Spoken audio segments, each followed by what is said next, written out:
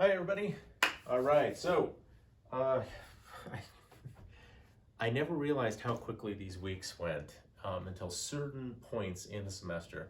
But now, actually, doing this thing of recording myself and uploading it to YouTube makes me realize that these weeks, it's ridiculous how fast they go. So I don't know. For younger people, they might not be going so fast. It might be just a big slog through. I have so much to do, but I don't know. For me now, these uh, talks and these weeks are just flying by, just going at the speed of light. And so here we are. We find ourselves heading towards the end. Okay, folks. So we only have, I think, what, 3 more actual classes, and then you have your, then we have our last week with our projects uploaded and our papers turned in, and then our final test, and then that's it. We're done. It's been going by so fast. It feels like it's been forever since I've seen you guys, which sucks. But it is what it is. So hopefully we're going to be getting out of all this stuff soon.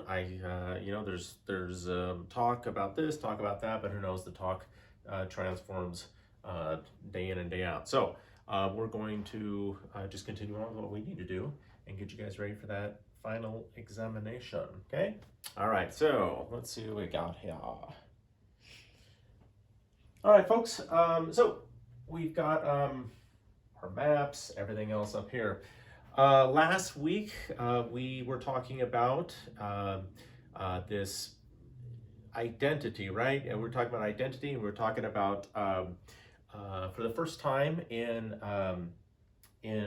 well, I guess you could say the modern history of Europe. So remember, modern in the context of not Roman, not the ancient world, but modern as in the medieval era. But even in we're talking about the last stages of this medieval era.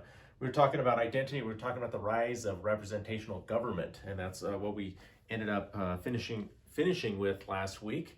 So remember, the Europeans at this time, in like the 12th century, they did not come up with the idea of representational government. We've been talking about that since the beginning of this class. First you had the Greeks with radical democracy, and then you eventually it evolves, or I guess, I don't know, in some ways maybe devolves, transforms in the Roman Empire. So, well, you went from a king under the Roman monarchy to the Roman Republic with rule by the Senate, and then the Roman Empire with an autocrat at the top, but a group of individuals underneath him, which are passing laws and things like that. And eventually that goes away. But then for hundreds and hundreds and hundreds of years, we see a gradual we see a gradual decay. We don't have we have lawlessness. We have no set kingdoms. We have no set major authority figures for a very long time. Until we start getting out of the early Middle Ages, and we start getting into the proper Middle Ages, the High Middle Ages, and then these late Middle Ages. But last week we also talked about how these kingdoms, the king is gaining more power, but while the king is gaining more power, society is settling in to what they are and who they are. We're sensing an identity is starting to come around. Okay. And that's just going to keep continuing on throughout history at this by this point, by the 1300s. Identity, and also this idea that this question that people are starting to ask themselves, especially people in higher levels of society, the nobility. How do we balance our civic duty with personal responsibility and personal freedom? And that is something that has, it's an old concept, and it still has come up to the contemporary age, to today. And, the question still stands. Even in a modern society like we have now, how much is a person expected to be a part of the society they live in, the community? How much are they expected to give to the community? What are they expected to give to the community? Usually it's in the form of monetary endowments. How much Can I be taxed, right? That's always the biggest thing. How much can I be taxed? Who can tax me? How often can they tax me? Why should they be able to tax me? Can they ask for more taxes if they've already gotten taxes? Where's the money going to? So on and so on, okay? But then how does that jive with my own personal freedoms? If I don't want to be a part of this society, or if I don't want to be part of this, and this aspect of society, can I opt out? Or is it all or nothing game, right? Is it, if I'm part of this society, if I'm living in a town, I'm beholden to whatever they're doing, right? These laws. We also talked about, yeah, those things as well too, laws, the law codes, and how in the Middle Ages you have this fight between the law systems, the civil law, right? The secular law of the king, of the kingdom, and then you have the ecclesiastical or canon law, the spiritual law of the church, of the Roman Catholic Church. Which one do I, follow? What if they counteract each other? Which one supersedes the other one? Which one's greater? If I follow the king's law, am I going to burn in hell? If I follow the church's law, am I going to be punished here on earth by the king because I didn't follow his law? And so on. So these are all concepts that these Europeans are, well, they're taking generation and generation to do it, but they're starting to figure it out to a certain degree. And that leads us to today. Today is the beginning of the end of our discussion about the Middle Ages, because we're getting towards the, we're going to be talking about the Renaissance and the end of this class. This is the beginning of the end of the Middle Ages. This is the time period where everything that these people have been going through and learning the hard way in many cases, this is culminating into this. So by the time we get to the year 1300, things are actually looking, I wouldn't say good, because that's such a subjective term, but things are clicking. Things are going okay in comparison to 500 years earlier. Like in the year 800 or something. Like remember the Dark Ages. By the time you get to year 1300. Now, if we compare it to the modern age, things are still pretty bleak, right? Yes, you have fully functioning kingdoms, and you have laws, and you've got a set way of doing things. But if we, like I said, if we compare it, we try not to do this, but just to give it some kind of context, if we compare it to a modern age, the year 1300 is still a pretty rough time to live. It's still very brutal. Life times are short. There's barely any equality. Okay, there's just not that much floating around when it comes to marginalized people in the population. So we're talking about anyone who is not part of the majority of whatever that thing is, that group is.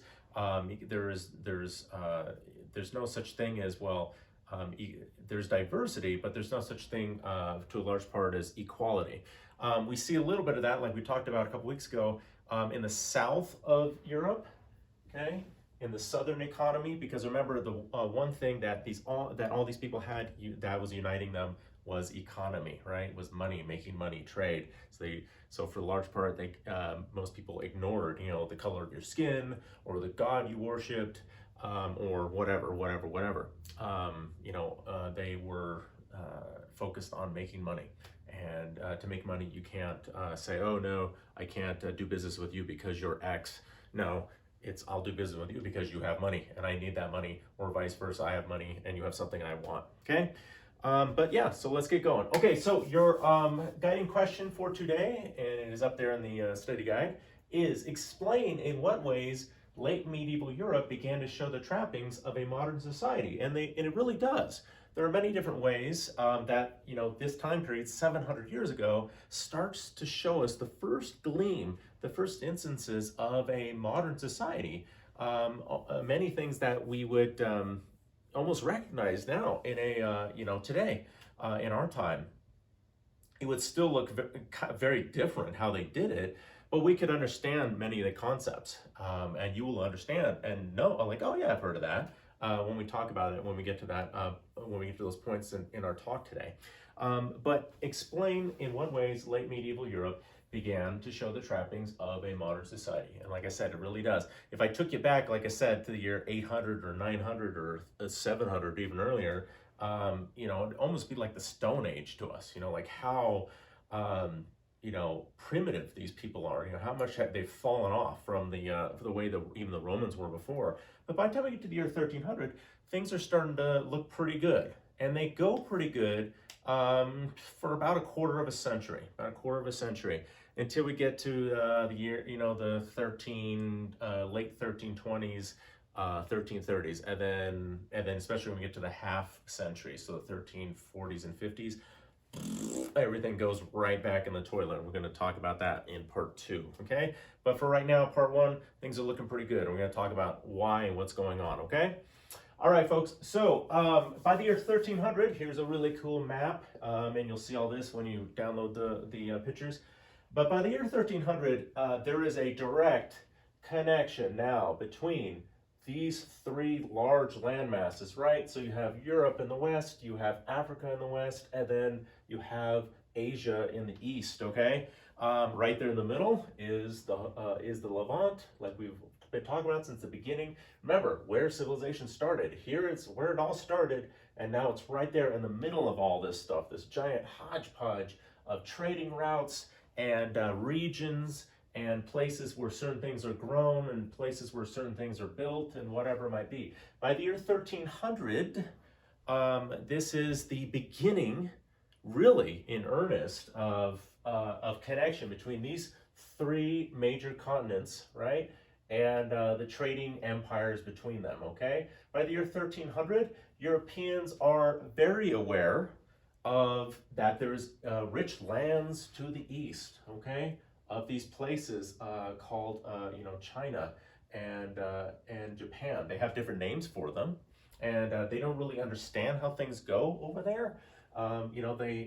They believe that the further east you get, there's tales that there's strange men that are have their entire heads in the middle of their bodies.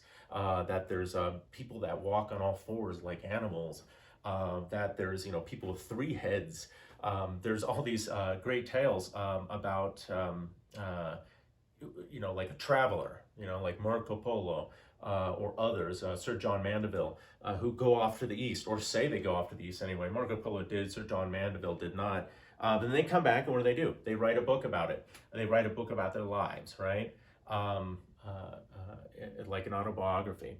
And they tell about all the wondrous and strange things that they've seen on their journeys to the east, and how, Christianity is not out here, and these people don't know any of that stuff.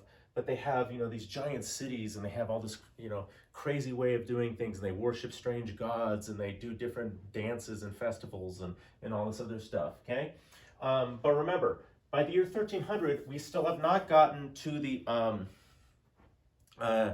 the sea trade. And what I mean by that is that's going to have to wait almost about 150 more years. The sea trade, what I mean by that is when Europeans hop on big ships and they travel around the world and start going and checking places out, okay? By the year 1300, the North and South America, the New World, is still undiscovered. The only people that have been there are the Vikings, but they have no context of where they've been. They just know that this is a new land up there. But the vast majority of North and South America hasn't yet to be discovered by 1300. So how is this trading going on? It's going on by sea. Obviously, you can see that there's sea routes here, especially like in the Arabian Sea and the Indian Ocean and the Bay of Bengal in these areas, and then up like the Persian Gulf and the Red Sea. But for the most part, it's coming over land. Okay, it's coming over land from Asia to the Levant here, to Asia Minor, and then it's going by sail again to Europe. Okay, so by land and then by sail. Okay, and then over here by sail. All right, and this obviously is what you guys have probably all heard of before. It's called the Silk Road. Okay, or the Silk Passage, S-I-L-K. Silk being one of the most valuable commodities, obviously in the Middle Ages. Very, very rare, very, very rich. Only the richest people could afford it. It was right there at the top of valuable trade goods. But we're talking about other things as well too. So spices and wild animals and different types of stone, like like jade, and porcelain and things like that. And then also ideas, right? How to create these things are slowly coming over. By the year 1300, what is also a new technology is popping into Europe. It's been there for a couple decades, but for the most part, it's been kind of just a fun sideshow attraction. Nobody really knows what it is. The church does not like it because it seems almost like it's a sign of the devil, like it's anti-Christian, and that is gunpowder. That is gunpowder. That's slowly going to start making its way to Europe proper, and so on. And the rest is history when it comes to that stuff. Okay, but where's my little clicker? Here it is. Ugh. Okay, so when we talked about the Crusades, we understand that for the most part, the Crusades as a military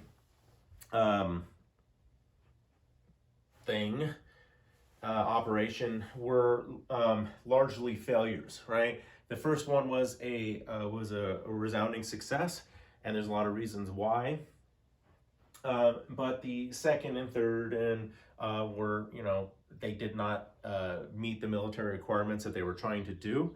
And in many cases, they were colossal failures. And then last week, we talked about the Fourth Crusade, which was a huge disaster for Europe and Christendom itself.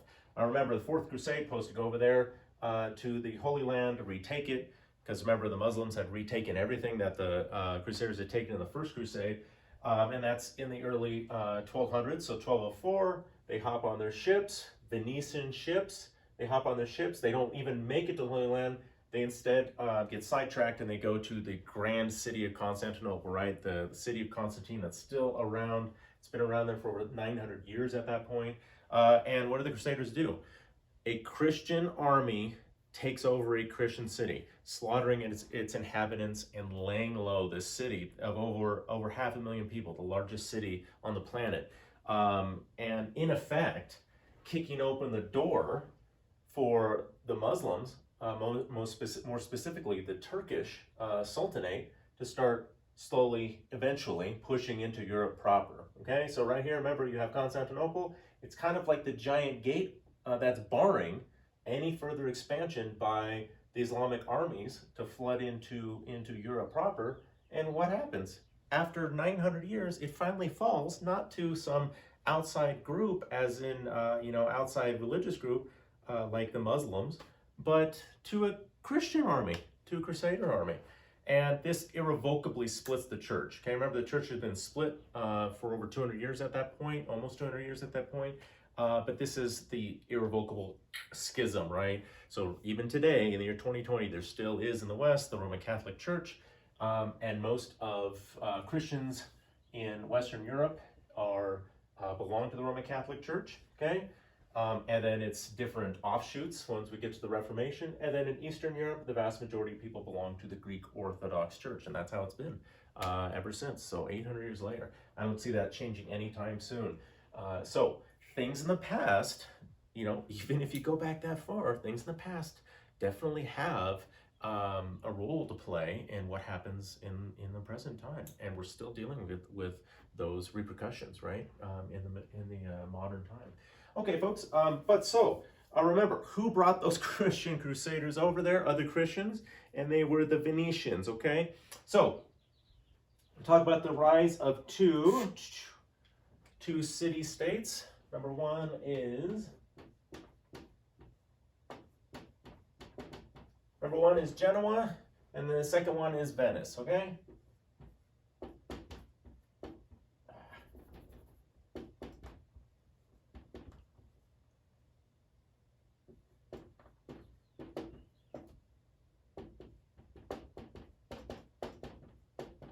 All right, folks. So this is a map of the Genoese trading empire. So Genoa, not Genoa, like down the street, right, in Washoe. No. Or in Carson Valley.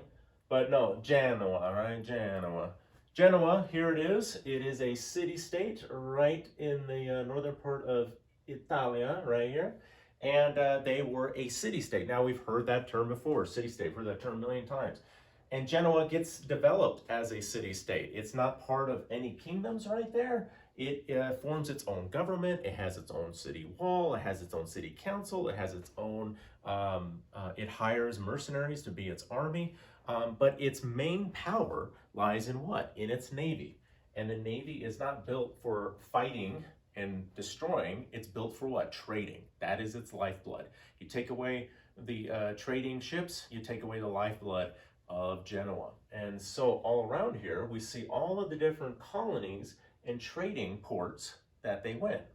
That's no matter where you went in the Mediterranean in the year 1300 or 1200 or 1100, you'd see Genoese trading vessels all over the place. So all on North Africa, right? See?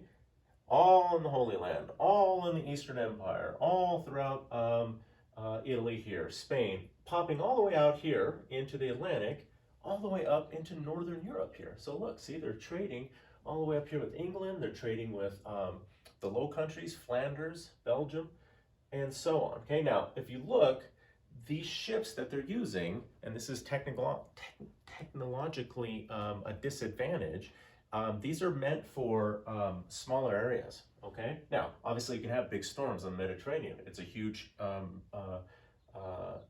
body of water, but nothing like in comparison to the Atlantic Ocean. So what are these Genoese doing? Just like what the Greeks did 2,000 years earlier. They are hugging the coast for the most part, okay, with their trading ships, okay? They usually go in big flotillas. You know, one trading ship is a sitting duck. You know, if there's a pirate that's there, that pirate's going to catch up to that ship, and that's going to be the end of those poor traders. So they usually go in groups of like 5 to 8, maybe as high as 10, depending on where they're going. Obviously, when you're trading with a bigger place like Constantinople, you're going to be sending a multitude of ships. You're not just going to be sending 1 or 2. But if you're going all the way up to a place like this, like England, or even further up in Northern Europe, you might take, 5 or so for protection because it's a longer journey. But you're not going to take too many because you need those ships here where the more lucrative stuff is. But as you can see, they are trading with everybody, okay? There's not too many Christians, and there's no Christian empire or Christian kingdoms here in North Africa. These are all Muslim empires. These are all sultanates and caliphates, okay? What are they doing? They're trading with them. Because remember, once again, it doesn't matter what God you serve or what language comes out of your mouth, they all speak the same language, and that is the language of money, because that's what it's all about. So we have Genoa, right? And Genoa is right there. Genoa is a city-state, okay? Everything is contained in its walls, okay? And its power is its trading navy, okay? But, however, the great enemy, and I mean that, the great enemy, the great rival of Genoa was Venice. And we talked about Venice last week. Venice is a very old city, very old city-state. It can trace its heritage all the way back to the Roman times, when the Western Roman Empire was falling apart, and you have Roman emperors coming one after another, being assassinated and being ineffectual and being weak, and barbarian tribe after barbarian tribe is flooding into the former empire and doing basically what they want. People are kind of, splitting off and doing their own thing because they realize, well, there's not much we can do. We can't ask for help from the emperor anymore because he's weak and the Roman Empire is really falling apart. That's exactly what the Venetians do. So that slowly happens at the fall of the Western Empire. What the Venetians do is a group of people, here it is, here's Venice, right at the top part of the Adriatic Sea. They go to a place where they believe, you know what, nobody else wants this place and we'll be protected here. And it works out very well. So they go to, instead of sitting on the land, on Europe proper, they go out to a series of islands out there in the middle of the lagoon, okay? It's right off the coast of northern Italy there, okay? Right off the coast. We're talking right about here. And this is a medieval map of it, what we're looking at. Venice is comprised of many different islands, okay? Many different islands all together, okay? It's in effect a floating city. Okay, this Long Island here is called the Lido, Lido. Okay, in effect called the floating city. And these people literally raised the island up by because it was just covered in marshes and it was full of malaria and mosquitoes. They figured nobody else would want it, and they were right. Nobody else would want to go and take it over. So they just left these people there, and over hundreds of years, these people formed a city. They built a city there. These Venetians, okay, and they grew these islands to the point where this became a proper city-state. Okay, Venezia became a proper city-state. It has avenues, it has houses, it has everything there. But what makes it different, obviously, is that there's no real roads because it's on an island, or excuse me, it's on a set of islands. And all travel, all trade is done via the sea, okay? So even when you want to go to a place down the street, you go down the canal in a boat, okay? Cars and things like that were not even allowed into Venice until the early part of the 20th century, okay? Now, back in the medieval times, you'd have carts and things like that, but for the most part, everybody got around by water, and that's how it still is now. The city is slowly sinking, and every year they siphon out the water and they raise it back up, and it slowly sinks some more. That's what they've been doing for over 1,000 years. So that's what they've been doing. And so just like the Genoese, the great rivals, the great hated rivals, they become a trading empire as well, okay? They don't have a big giant standing army. They don't have a king. They have what's called the Doge, D-O-G-E. We talked about the Doge last week with Doge, Enrico Dandolo, the blind Doge or Duke, who provides the ships for the Fourth Crusade, okay? But they become the foremost trading power in Europe, okay? If you want something bad enough and you can afford it, chances are that it was brought to wherever you could get it by a Venetian sailing ship. So here's Venice, right? Remember, Venice was more than happy to build these ships for these Christian crusaders as long as they got paid. Okay, remember the Christian crusaders only had half the money, so what they do, they went and attacked another Christian city here, Zara, right? The whole group got excommunicated while they're sitting there cooling their heels. They get the word that, well, they can go Constantinople. The Venetians are totally okay with this. They're totally okay. Even though they're Christian, they're totally okay with the idea of sacking this giant city for a couple reasons. Number one, what other group is there? Well, the Genoese. The Genoese are there trading as well. And they're getting in fights all the time. Genoese sailors are getting in fights, and traders getting in fights with Venetian sailors and traders all the time in the streets of Constantinople. The emperor has to deal with it all the time. But they're all totally okay with taking over the city, because now what that means is that their friends now own the city. These crusaders now take over the city, and guess what these crusaders do now that they've taken over the city? I'll give you three guesses, and the first two don't count, and you'll be very shocked to hear this. They give very lucrative and exclusive trading considerations to these Venetians, to Venice. They basically kick out the Genoese. They basically say, go away, Genoa, you can't trade here anymore. And since the Venetians helped us, Venice gets a full monopoly throughout Constantinople and all these areas here. And so what does Venice do in the next 100+ years? They just expand their trading empire, because these are now part of more, where more crusaders have come. So they've taken over all these different spots, right? And they're not taking them over with their armies. They don't have any armies. They haven't taken them over with, grand conquest. They've conquered them through trade. They basically set up shop there, set up a trading port, and now to get anything done, you have to go through Venice to get it done, okay? So the Venetians and their rivals, the Genoese, control legitimately, this is crazy, by the year 1300, they control over 87% of all trade in the Mediterranean, okay? All trade in the Mediterranean is conducted through a Venetian or a Genoese ship. But after the fall of Constantinople in 1204, the big dog is Venice. Okay, the big one is Venice. Venice is the major trading empire. This is the one, the big one that is calls the shots. Okay, and it makes them very, very, very wealthy. Makes them very, very wealthy because you're trading things that people can't get. The only way they can get it is if they go through you. Okay, and we've seen that many, many times in European history since we've begun this class. Okay, all right. So like I said, things are going okay. You know, it's still a brutal time period, like we've talked about, but things are going okay in Europe leading up to the year 1300. Things are going all right. Excuse me. But then stuff just happens, right? Stuff just happens where, you know, that you couldn't have planned for it. There's no way that even now in the modern age where we're so connected with our cell phones and the internet and everything else, that when something happens on the other side of the world, we know about it. We see it on the news, on our phones, within, you know, 10 minutes of it happening. You know, there was a bombing, or there was a terror attack, or there was, you know, a ship capsized or something. We hear about it.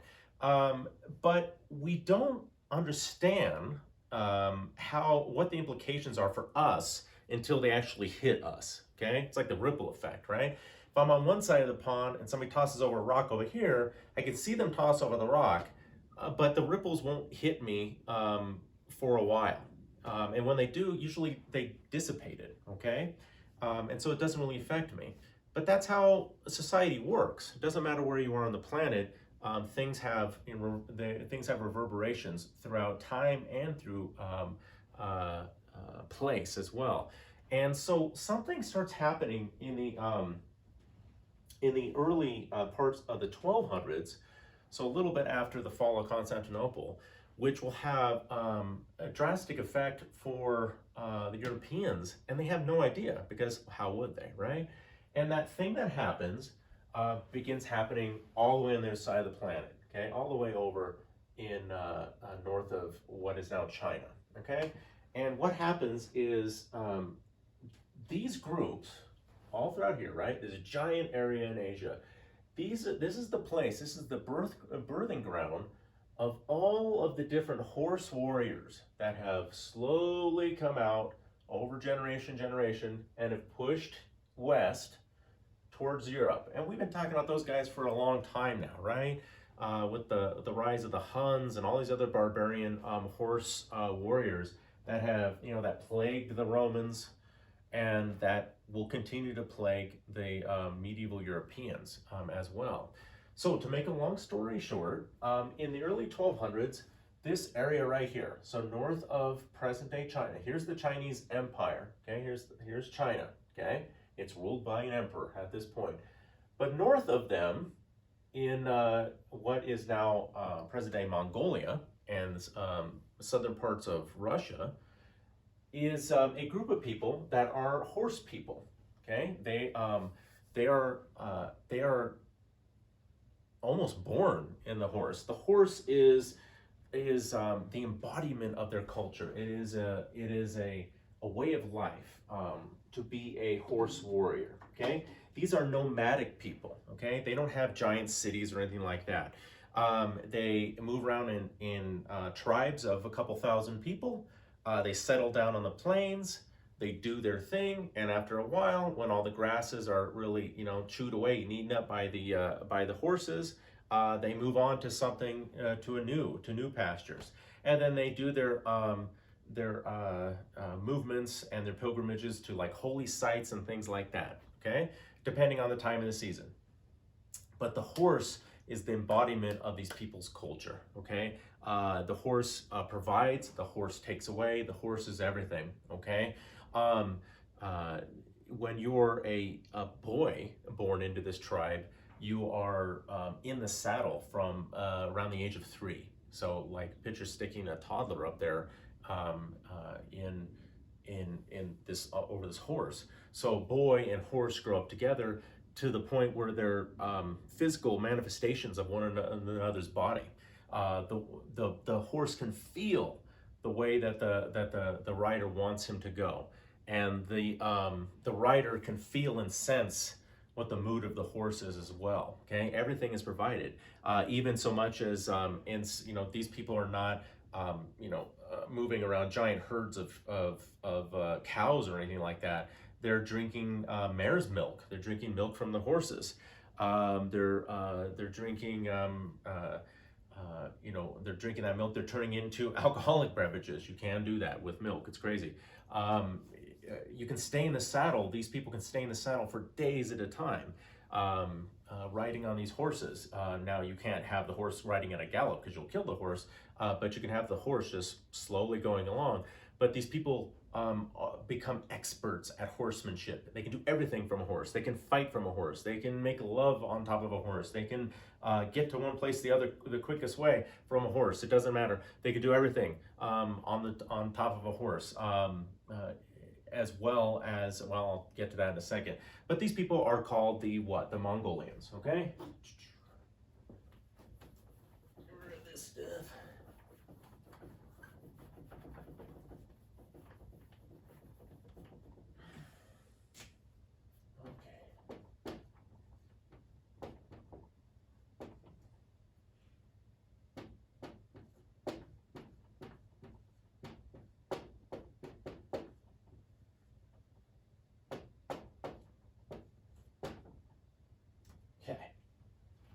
Okay, so these people are, like I said, horse soldiers, and there's a lot of them. There's a lot of them up there in that area in modern-day Mongolia. Imagine that, called Mongolia. Okay, up here.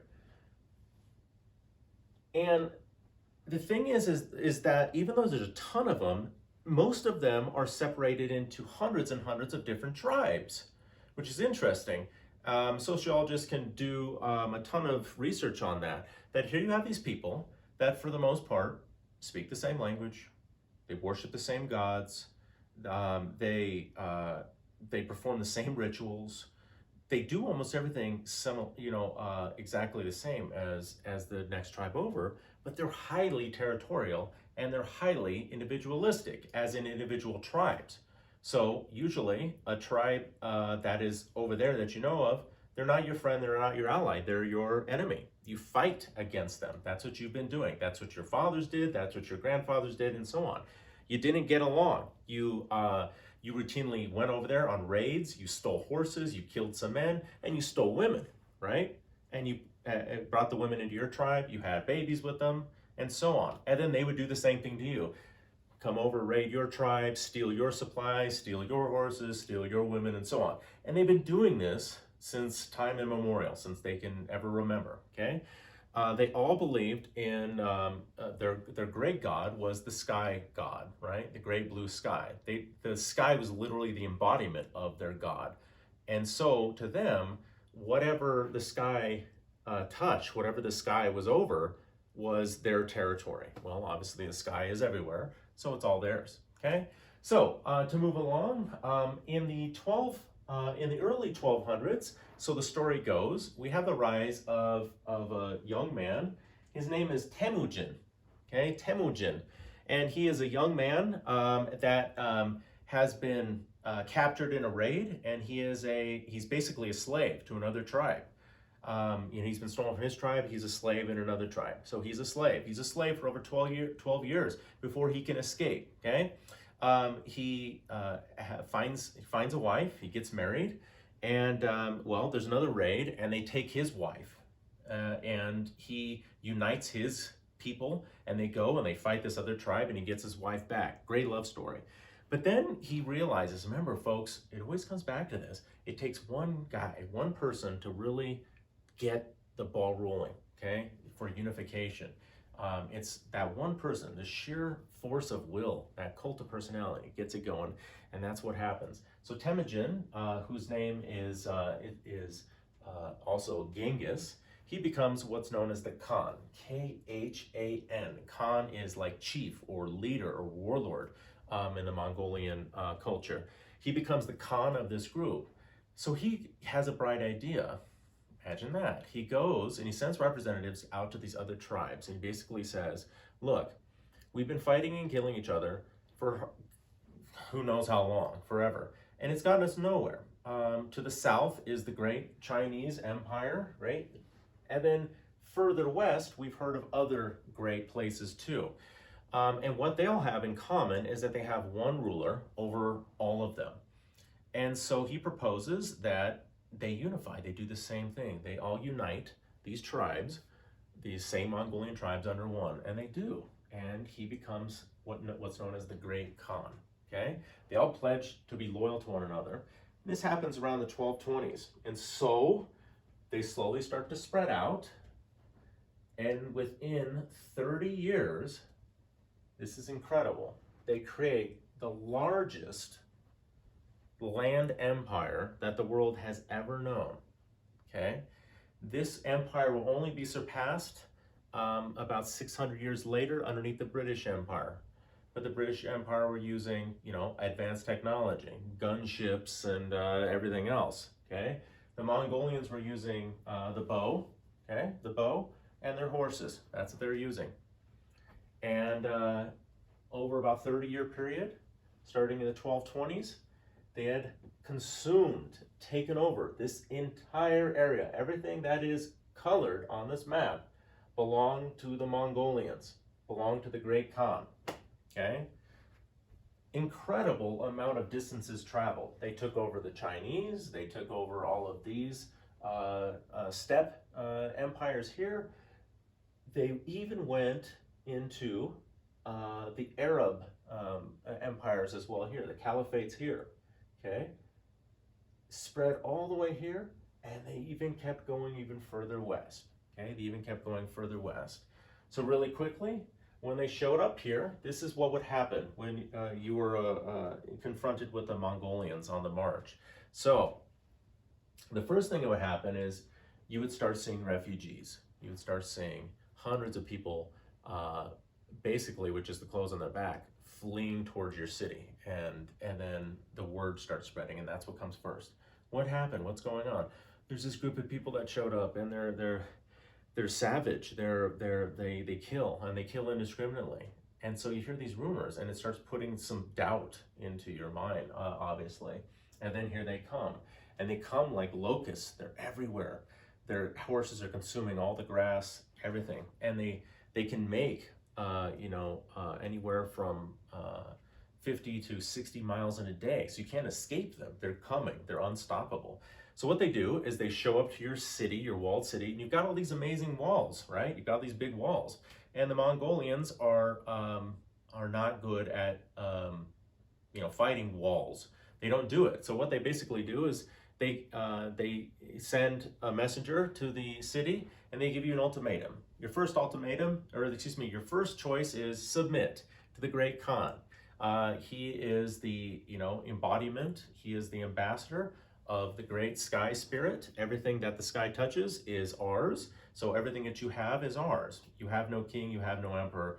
He is your only emperor. Submit and everything will be okay. And some cities saw what had happened, and so they submitted. Like, they opened up their gates and the Mongolians would come in, and that was it. Now you're just part of the Mongolian empire. It didn't matter, okay? If you didn't submit, if you're foolish enough to perhaps even kill the messengers, well, now you've signed your own death warrant. The Mongolians are not good at siege warfare, i.e. like storming the city walls or anything like that. What they do is they just surround you with enough men, and they move the rest of the army onward. Now, you can sit there for months and months and months, and then they finally, you will succumb, and then they go in there. But it's too late for saying, oh, we're sorry. That's it. What they do is they ransack the entire town for days and days and days. They slaughter every person that they can. They destroy as much as they can. They're like I said, locusts. They just consume and destroy if you are foolish enough to try and stand up against them, okay? And so these reports precede them along the road. Oh my God, they've destroyed this city, they've destroyed this city, they've destroyed this city. So many give up. In the 1250s, they make it into this area, right? This is the stronghold of the Islamic caliphates. This has been Islamic now at this point for over 600 years. Remember, folks, These cities, like Kabul or especially Baghdad, okay, in modern day Iraq, are amazing cities. They are huge in comparison to their European counterparts. Okay, they are vibrant economies. They are there's cities of 130,000 people. That especially like Baghdad, it is the crown jewel of the Arab world here. It is the crown jewel of the Islamic caliphate. It is incredible. It's an urban population, very modern, very active, very vibrant. You have Christians running around there. You've got Jews running around there. Obviously, the majority are Muslims. It doesn't matter. And they've taken all this old information from their old conquests, like from the Greeks and Romans, and what their own scholars have come up with, and it's all locked away there. It's all there, so much of it, okay, in libraries and the scriptoriums and all these places. It's all written there in the beautiful Islamic calligraphy, everything else. The Mongolians don't care anything about that. They roll in there. They give them the same ultimatum. The Caliph, makes the wrong decision of fighting them. They lose, and they ransack Baghdad. They destroy it. Many scholars say that Baghdad never fully recovers from this attack. In 1258, they obliterate Baghdad. They almost wipe it off the map. Reports say that the streets ran red with blood from the amount of people being massacred.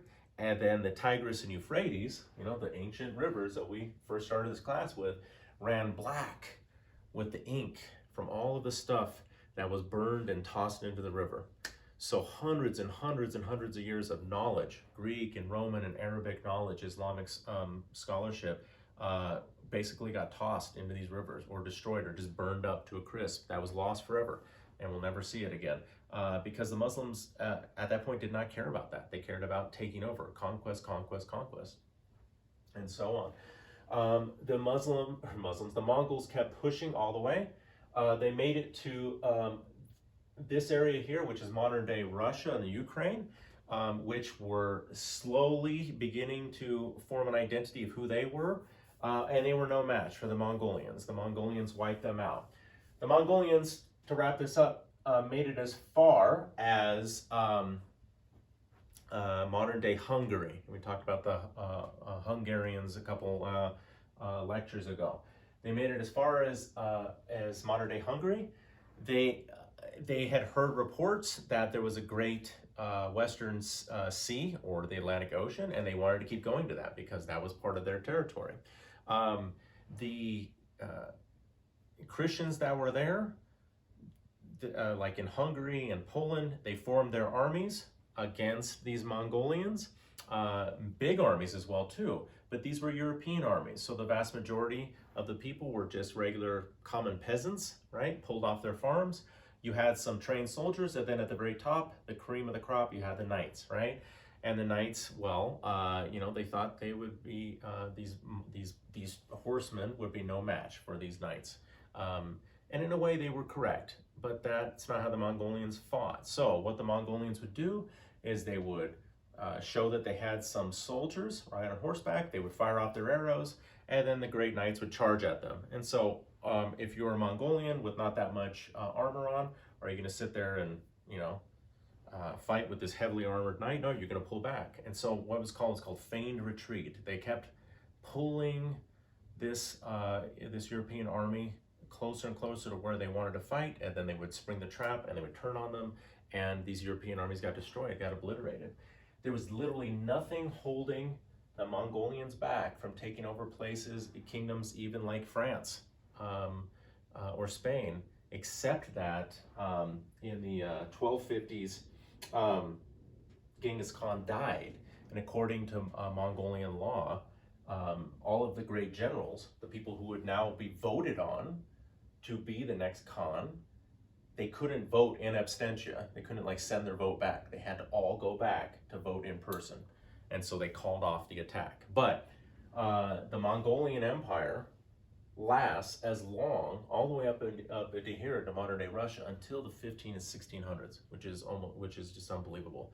A Middle Ages event which extends all the way past the Renaissance into a time period that's only 400 years ago. So pretty amazing, pretty incredible. But the Europeans kind of dodged a bullet on that one. Okay, so there's we don't really know what Genghis Khan looked like, and as a matter of fact, we don't know he was buried. When he died, tradition says that he was taken out and he was buried under this great man-made mountain that they made for him. And then to prevent anyone from finding out where that was, they killed all the workers. They killed all the people that built his giant, mausoleum as well too. So we don't know where he was buried, just like we don't know where Alexander the Great is buried. Okay. So here we have a map of all the Mongol invasions of Europe, fighting through the 1220s all the way through the 1240s, and so on. Okay, but the Europeans really had no answer for them, and just a stroke of fate, they were lucky to have survived. Okay, all right. So there's that. There's that. There's that. Okay, moving on really quickly to this one.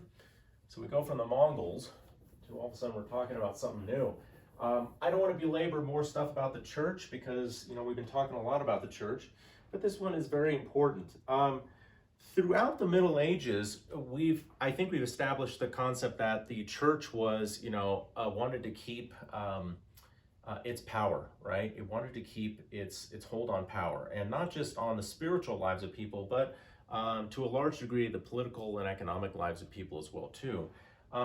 And throughout the early Middle Ages, that was pretty easy to do because basically, remember, these are very superstitious people. There's no education really for the common man. And so it's easy to go to somebody who doesn't know any better, who's ignorant, and say, you do this or else, I will give you guidance. I will give you spiritual guidance. And all you have to do is follow what I teach you, and you won't have to worry about it. You won't have to worry about burning in hell. You'll go to heaven. So in the early Middle Ages, that's very easy to do, and it's very easy, as we've seen, for the church to the Roman Catholic Church to push its way into the lives of every single European that's out there. And we also saw last week how there was ways for them to get those that had wandered off, the heretics, bring them back to the fold, and if needs be, to get rid of them if they were too much of a problem maker. But then remember, the Crusades, these military expeditions open up the east to the west for the first time since the Roman times. Okay, to a large degree. Well, it's not just money and trade goods that are coming back from the east. It's also what? Knowledge, right? So now all of a sudden these Europeans are now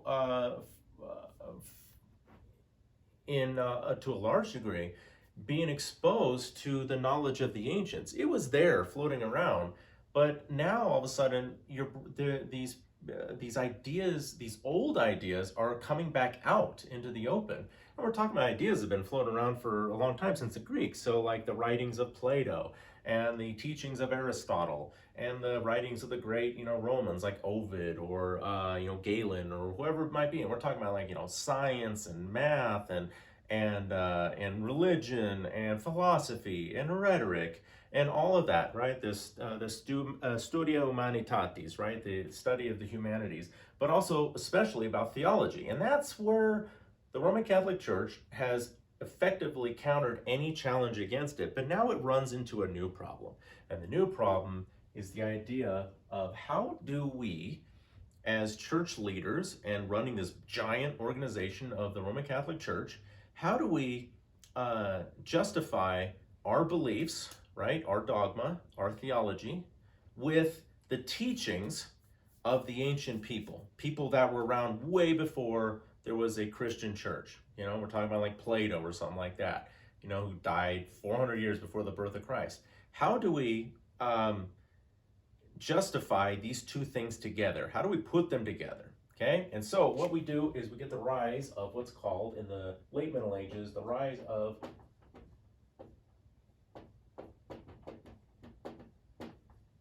the rise of scholasticism. Okay, the rise of scholasticism. Okay, and that's also in your study guide. So, how does the church see, how does the church? What's the word I'm looking for? Yeah, I'll just use that same one, but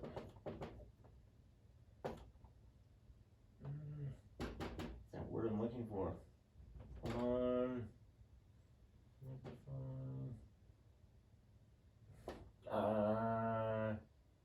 Yeah, we'll use this.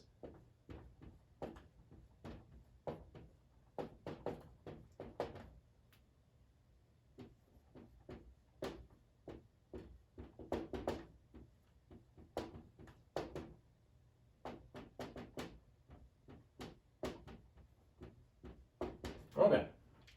So scholasticism.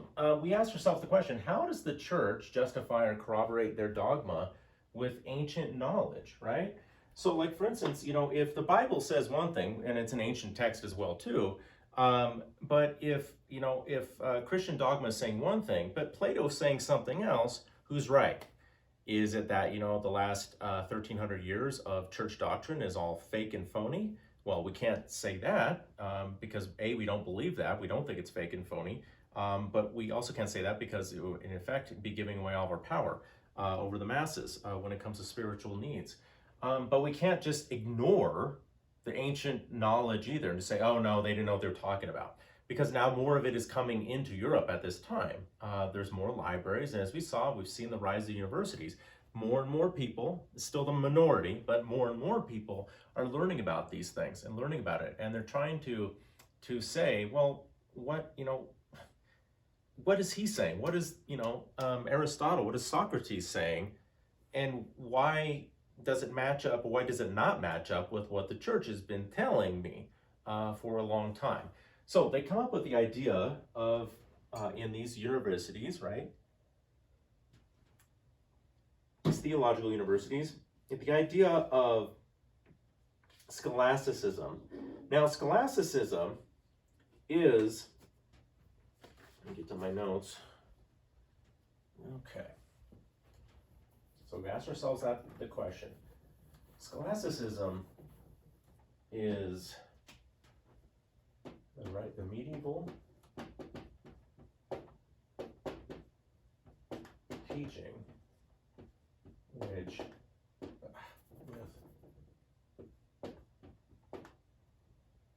which seeks a pathway of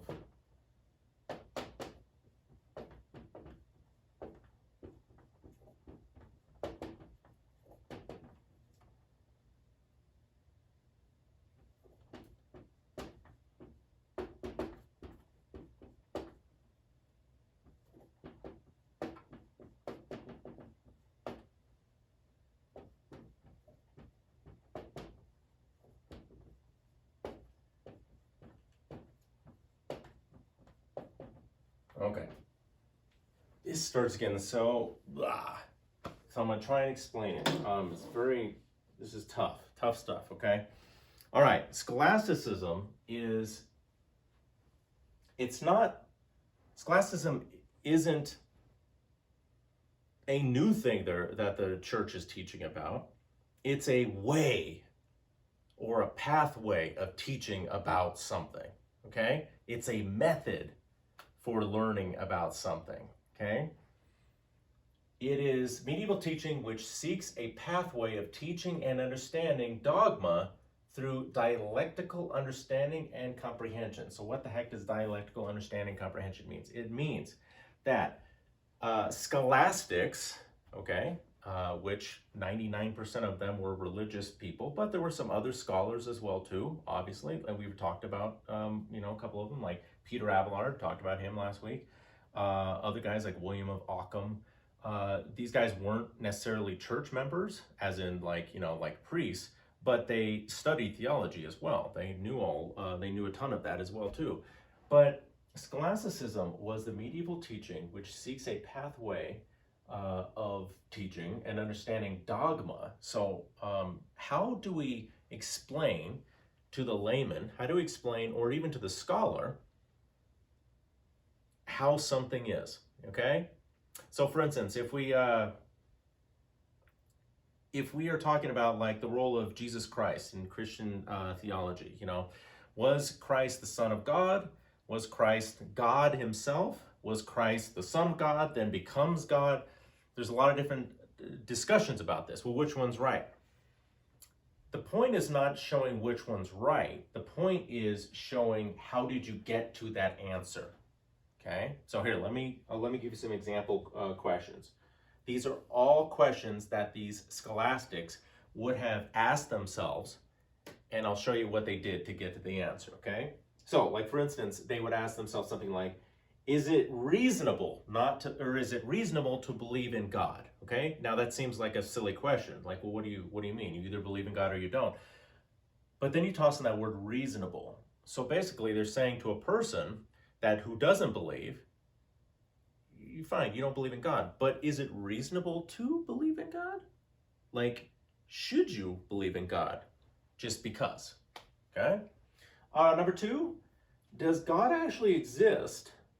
So is there like somewhere physical manifestation of God, or does the just the concept of God exist? As in, there is no God, but we believe there to be a God. So since enough people believe in it, he exists. Okay. Number three, if God exists, so if God does exist, how can I prove my faith? Okay. If God exists, how can I prove my faith? You know, you have, let's say, even two people. They do the best they can, but they're not carbon copies of one another. One person does this and one person does this. Does this person prove his faith better by his decisions, or does this person prove their faith better? Which decisions does God want? Okay. If God exists, how can I explain him? And that was one of the biggest ones. If God exists, and these religious teachers obviously believed that he did, how can I explain to someone who doesn't believe in him that he does exist? So scholasticism, folks, I know this is very confusing. Scholasticism is the idea that religious teachers, okay? So here's a perfect example. This is a religious school, okay?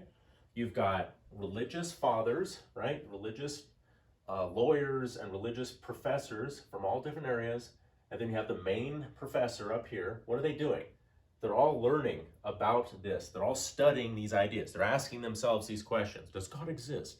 If he does exist, how can I prove it? Because this is the challenge, folks. On one hand, you have faith, and then on the other hand, you have reason. Okay? Now, faith is a very hard thing to prove. Faith is a very hard thing to prove. Faith is based in emotion. You know, I believe in something. Well, can you prove it? No. Like, I can't, like for proving gravity, I can, say, well, look, this will always fall down. But for faith, I can teach somebody about faith, but it's hard to prove that my faith is real. It's true to me, but it's hard for me to convince someone who doesn't believe, oh yes, God exists, and we should believe in him. Why? Well, just because. Faith you have to feel through emotion, whereas reason, the idea is, well, something happens because something led to it. How do we put these two together? And that's what scholasticism was about. These religious teachers are trying to say, I have faith and you should too. And I'm going to show you that faith is the way to go. I'm going to show you that God exists. I'm going to show you that belief in God is good, the right path. I'm going to show you that heaven exists, that angels exist, that all this stuff that we've been telling you about, that we've been telling you to do is right. And I'm going to use what to do it? I'm going to use reason to do it. Okay? I'm going to use my skills as a learned person, not just a priest that's learned about the Bible, but a person that's learned about what the ancients were saying as well too. How do I take reasoning from people that lived, hundreds of years before Christ was even born, and put that into my understanding to teach you that faith does exist, that faith is true, that faith is accurate, okay? One of the main guys who did this back in the day, in the 1200s, is this guy here.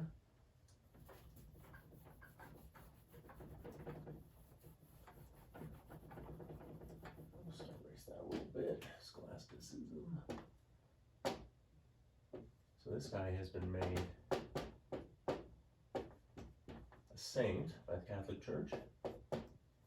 But this guy was a religious teacher, obviously, a professor, a priest, but his name was Thomas Aquinas. Okay, Thomas Aquinas.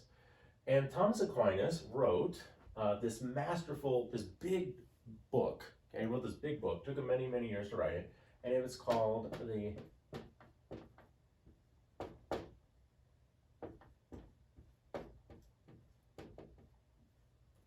Summa Theologica, okay? Or basically the sum of all logic, okay? The sum, the end game, okay?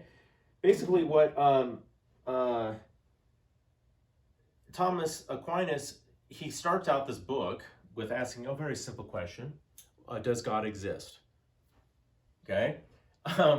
And by the end of it, he's basically saying, okay, now if you've read all this book, you understand how I've proven that God exists. It's not a debate. He doesn't write this book as a way of saying, well, here's the reasons why you should believe in him, but here's some other reasons why you shouldn't. No, it's here's the reasons why you should believe in him.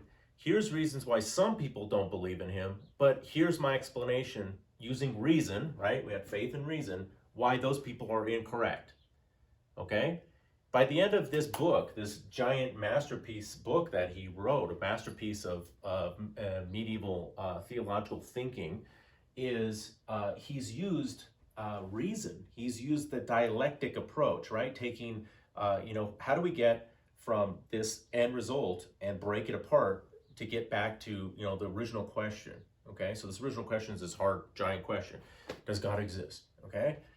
He's basically telling you, I have proven to you, because I've hit every single different angle of why somebody believes that God doesn't exist, why you have a non-believer. And I've proven why this reason why they think he doesn't exist isn't good, isn't accurate, and I've used reason to do it. I've taken this reason why he believes God doesn't exist, I've gotten rid of it. I've taken this reason, gotten rid of that one. I've gotten rid of all the reasons why you shouldn't believe in God, and I've showed you, he's basically saying, I've showed you why why these people are wrong. So the only rational, reasonable conclusion is that what? God exists. I've proven it. Now, to a modern person, this, in a largely secular society, this is the opposite of rationality. This is very irrational. Trying to use reason and fact to prove faith-based emotional feeling, right? There's nothing wrong with having faith at all. But the medieval thinkers believed you could prove that faith through facts and reasoning. And that was the idea behind scholasticism, okay? Basically saying we can't get rid of all this old teaching because that would be ridiculous. People would call us out on it. So how do we incorporate this old teaching of the Greeks and the Romans, who were around for the most part before the rise of Christ and Christianity and the church, obviously, and how do we put that so that it melds with what we're telling you now, how we're teaching you about God and that you should be believing in God, okay? The idea is that instead of just saying, oh, you don't believe in God, you're a heretic, die, because that, once again, they didn't do that in the first place, like we talked about last week, because that's pointless. If you just start murdering everybody that doesn't believe in God, you're going to run out of followers, and then pretty soon enough people are going to say, like, you know what, I don't really want to be part of this thing of you anyway, because all you do is kill people. But the idea is that, no, we've used reasoning, we've used logic to prove that we are right, and that you are, by virtue of not believing God, are wrong. So we are, going to do it this way. We're going to do it this way. Now, is this for the masses? Of course not, okay? Still, the vast majority of people, the peasantry, they can't read anyway. And they sure as heck can't read Latin, and that's what all this is in, okay? This is for those people that are learning, especially for the nobility, but for those scholars, right? How do we justify ancient teachings with church doctrine, church dogma, okay? All right. And then we're going to wrap up for part one with this little thing, and then we'll move on to the next part. Okay. All right. Almost out of water. All right, folks. Let's see what we got. Okay. So by the time we get to year 1300, give or take a decade or so, but leading up to the year 1300, to a very small degree, but a large degree compared to the lives of these people before, things are getting better, right? Things are getting better. People still don't have personal freedoms, really. Still pretty violent society. But now, like we've talked about, this has been building up. By the time you get to the year 1300, there are full-blown kingdoms now. There's full-blown law codes. What the king says goes. So you got to do what the king says, and here's his laws. Here's the way he's going to punish people that don't follow his laws. The lives of the peasantry have been going on and doing their thing. We saw before that unless there's some kind of like natural disaster or war, which unfortunately there were a lot of those, lives of the peasants are getting okay. But something starts happening around the year 1300, and it's exacerbated by some other problems that we're going to talk about in part two. But one of the things that starts to happen, and this just happens in any economy, it happens in any society around the world, doesn't matter where you are in the world, but we start seeing the slow rise of the urban peasant. Okay, the urban peasant. So remember, folks, the vast majority of people in the 1300s are still farmers. There's still people living out on the land, out in the middle of nowhere, okay, in the rural areas. Not maybe just on their farm, but, in the places where they've been born and raised, right? So like their small little villages and hamlets.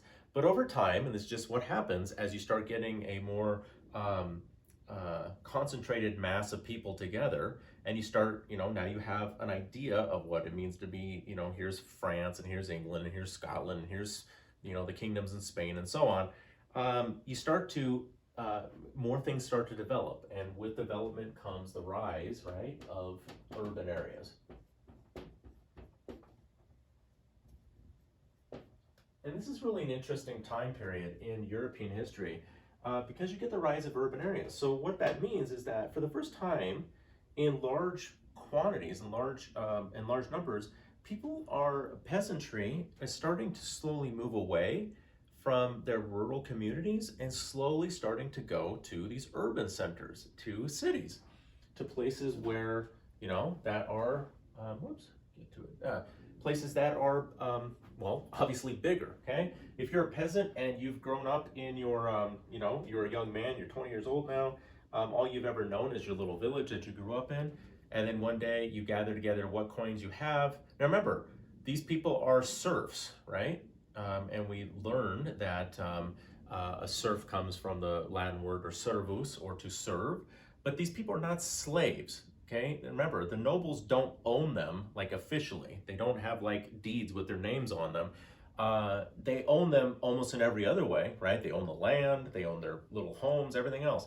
But they can leave if they want. If they find the means, they can leave. And so many of them do. And they go to, obviously, to urban areas. It's just like now, folks. A young person grows up in a small town. It's always the way. They grow up in a small town. When I grew up in my small town, what is the one thing I dreamed about doing? Getting away from the small town, why? Because it's fun, because, I'm going to meet new people, I'm going to see new things, right? Nobody ever thinks about the negative. They always think about the positive, how amazing it's going to be. But they don't really think about how hard it's going to be. But young people were the same way back then, too, 700 years ago. They wanted to get away from the same humdrum existence that they wanted to do, and they wanted to go. But it's not all just young people. It could be older people as well, too, that they just pack up and they move to an urban area for new opportunities, something that's going on a little bit different, okay? And so, let me see here, get to where I need to be. All right.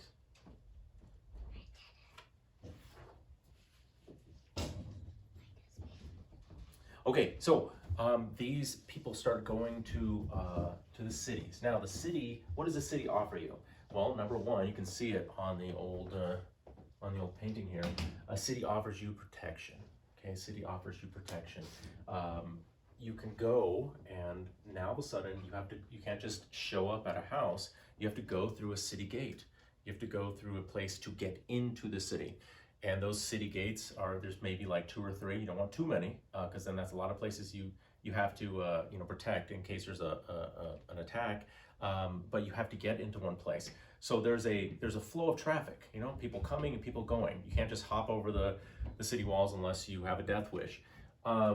And it offers protection. So we're seeing new technology creeping up in many different ways. Okay, so back with like the trading venture, we're seeing new technology creep up a little bit when it comes to like seafaring and ships and how to navigate by the stars, everything else. Same thing on land. We're seeing some new technology here. So they're making these city walls higher. They're making them thicker to withstand, sieges, things like that. They're also, with the city walls, the bigger the city gets, what do the city fathers have to do? They have to tear down certain parts of walls and they have to expand. Because eventually there's going to be too many people smashed in, right? Too many sardines smashed into the can. So you have to expand it because everybody wants to get in the city. There ends up being people that cannot get into the city, that live around the city. But whenever there's times of war, here comes an opposing army, what do those people do? They all flood into the city because they know that there's sitting ducks out there in the middle of nowhere, or outside the city wall, so they go in there. So new technology, right? We're seeing castles get higher, protection in the castles, so the walls are getting better. There's new technologies of like burning oil on people, or the technology with weaponry is getting better, so you can shoot people with like bow and arrow farther away. They don't have to be right there to shoot them. There's a lot of, or just old stuff that used to work still works too. Throwing a 6-pound rock off of a 25-foot wall onto somebody's head usually will do the trick too. You don't need a stealth bomber for that. Okay. But they're doing a lot of other stuff too because they realize what is happening. The population is increasing. Okay, the population is increasing. Okay, so it's increasing, and then as soon as we start getting to after 1300, it starts going down. It takes this big giant dip, and we'll talk about why that. But then it goes right back up because that's what happens, folks. People have more babies. People have more people, and then stuff happens. People die, sometimes en masse, and then they start having babies again. That's what happens. But the technology is increasing. So not only are the building techniques getting better, but inside the city, techniques are getting better. So instead of just having, because what are they building these cities out of? The large portion of these cities are still being built out of wood. Okay, now wood is tough because number one, if you've chopped down that tree, well, you got to wait 35 more years before you can chop it down again, or another one that you planted next to it. So wood is still the predominant one because why? It's cheap, and there's still forests all over Europe by the year 1300. That will slowly go away as the Europeans chop them all down to a large degree. The problem with wood is, yes, it's cheap, but it's also, extremely flammable. Who would have known? Yeah, so remember, these people are not running around with flashlights. They're running around, everything is done by fire, candlelight. Fires are notorious in cities as compared to the rural areas. If in a rural area, if a hut burns down in a village, that sucks for them, but big deal. Whereas if a house catches fire in one of these tightly compacted cities, it's going to gut a whole section of the city, if not the entire city itself. So these people even developed things like fire brigades, but we'll talk about that as well too. But they're learning other technology and doing that as well. They're clear cutting forests. They're also draining swamps and what's the other word for swamp? Bogs.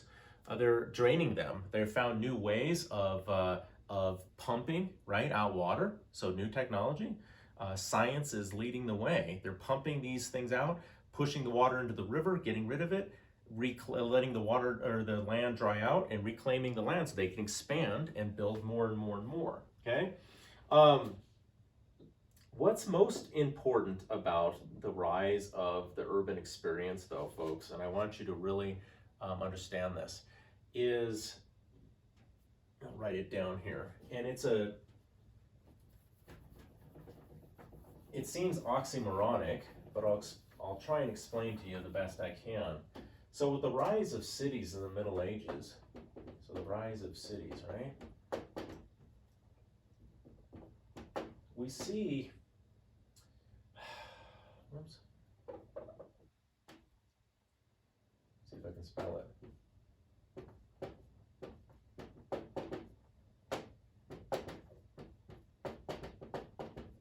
Okay. These two words almost seem like they are antonyms of one another.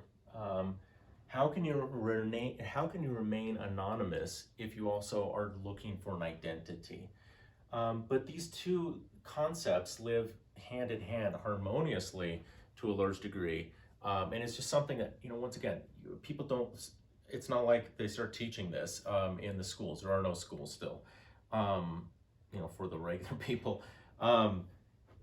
It's not like one day this group of people just says, hey, we're going to do this new. No, it just happens. It just happens in society. Many of these people go off to these cities because they're searching for, like I said, they're searching for something new. And what is that something new? Not just fun and games and adventure. They're seeking a newness to themselves. They're seeking out a new identity. And that's what young people since then, even before then, have always craved, right? A young person in the first years of their life are guided by the teachings of whoever was in their life, mom and dad or guardian or aunt, uncle, whoever it was. But what do those people do? They do what those people have done forever. They teach you the way they were taught, and they teach you the way they know how. Okay, so that's one part of your identity. But then young people, what do? They go off to these cities, like young people do, because they're searching for their own identity now. They've had this identity before. That's the one that's been taught into them, that's been taught to them. But now they're searching what they're truly about. Okay, and the city offers that.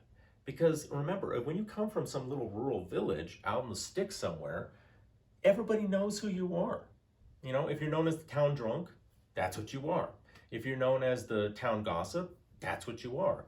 If you've developed a reputation as, the klutz, the dummy, whatever, that's what you are. If you develop a reputation as, as the fast girl or the ladies' man or something like that, that's what you are. Your identity is set in stone. You're never going to be anything else to those people. That's who you are. But if you take off from that area and you go to the city, and now all of a sudden you're surrounded by, 32,000 other people that all came from other little villages, or they were born there. Do they know you at all? No, they don't know you. They don't know who you are. They don't know that you were a drunk. They don't know that you were the town gossip. They don't know anything about you. They don't know anything.